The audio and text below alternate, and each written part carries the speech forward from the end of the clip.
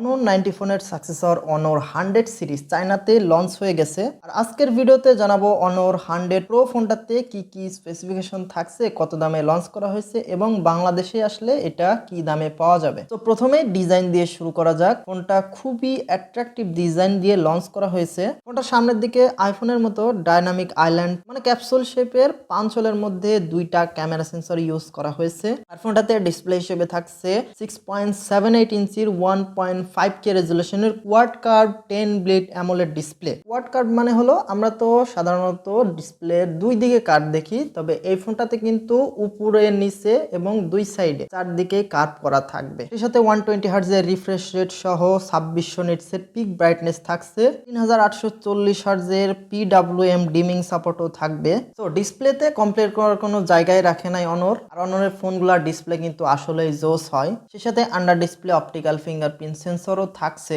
ওটাতে ক্যামেরা হিসেবে থাকছে পেছনে তিনটা ক্যামেরা সেটআপ, যার মেইন ক্যামেরা 50 মেগাপিক্সেলের সনি IMX 906YS যুক্ত এই সেন্সরটা। সেই সাথে 12 মেগাপিক্সেলের একটা আল্ট্রা ওয়াইড অ্যাঙ্গেল লেন্স, আরও থাকছে 32 মেগাপিক্সেলের Sony IMX 709 telephoto zoom lens এবং এই টেলিফোটো ক্যামেরা দিয়ে 50x পর্যন্ত ডিজিটাল জুম করা যাবে। সেলফি ক্যামেরা হিসেবে থাকছে 50 মেগাপিক্সেল সনি IMX 816 এই সেন্সরটা, সেই সাথে আরো একটা 2 মেগাপিক্সেলের depth sensor. So camera setup overall আমার কাছে খুবই ভালো লেগেছে। আর প্রসেসর হিসেবে থাকছে স্ন্যাপড্রাগনের 8 Gen 2।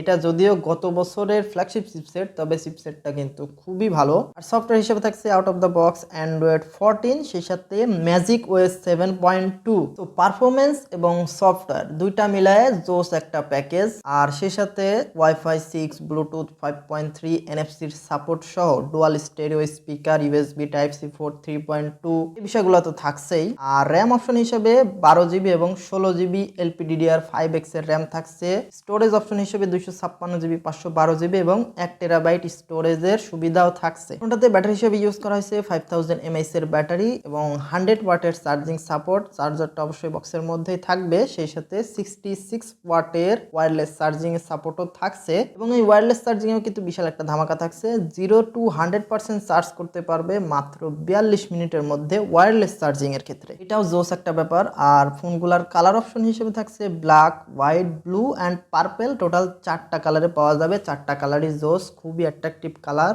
যদি দামের কথা বলি, চায়নাতে এটার দাম শুরু হয়েছে 3399 ইউয়ান থেকে, যেটা বাংলা টাকায় কনভার্ট করলে মোটামুটি 53,000 টাকার মতো আসে। এখন তো অনর বাংলাদেশে অফিসিয়ালি চলে আসছে। সো তাদের যে অনর 90 ফোনটা আছে ওইটা অফিসিয়ালি বাংলাদেশে লঞ্চ হয়ে গেছে, যদিও ওই ফোনটা কিন্তু ওভার প্রাইস ছিল। আর ফোনটাতে কিছু খারাপ দিকও ছিল, যেমন ওইটাতে ক্যামেরাতে ওয়াইএস ছিল না, প্লাস ডুয়াল স্টেরিও স্পিকারও দেওয়া হয়েছিল না, বিল্ড কোয়ালিটিও খারাপ ছিল। অনর 90 ফোনটা আমার কাছে ওভারঅল খুব একটা ভালো লাগে নাই। তবে তাদের যে অনর 100 সিরিজের ফোনগুলো আছে, স্পেশালি অনর 100 প্রো, এই ফোনটা কিন্তু খুবই জোস একটা স্পেক দিয়ে লঞ্চ করা হয়েছে চায়নাতে। আর এই ফোনটা অনর যদি বাংলাদেশে অফিসিয়ালি নিয়ে আসে এবং 65 থেকে 70,000 টাকার মতো হয়তো দাম রাখা হবে। তো বাংলাদেশে যদি অফিসিয়ালি অনর এটাকে 65 থেকে 70,000 টাকার মধ্যেও রাখে, তাহলেও কিন্তু খুবই ভালো একটা প্যাকেজ হবে। এখন দেখার বিষয় হচ্ছে অনর বাংলাদেশে এটাকে অফিসিয়ালি কত দামে লঞ্চ করে। যেহেতু ফোনটা মাত্র চায়নাতে লঞ্চ করা হয়েছে, সো বাংলাদেশে অফিসিয়ালি আসতে বেশ কিছুদিন সময় লেগে যাবে। তবে স্পেসিফিকেশন দেখে আমার কাছে ফোনটা খুবই ভালো মনে হয়েছে। ডিজাইন, ওভারঅল যে পারফরমেন্স রেশিও সবকিছু মিলায়ে আমার কাছে খুবই ভালো লেগেছে। তো এখন দেখার বিষয় হচ্ছে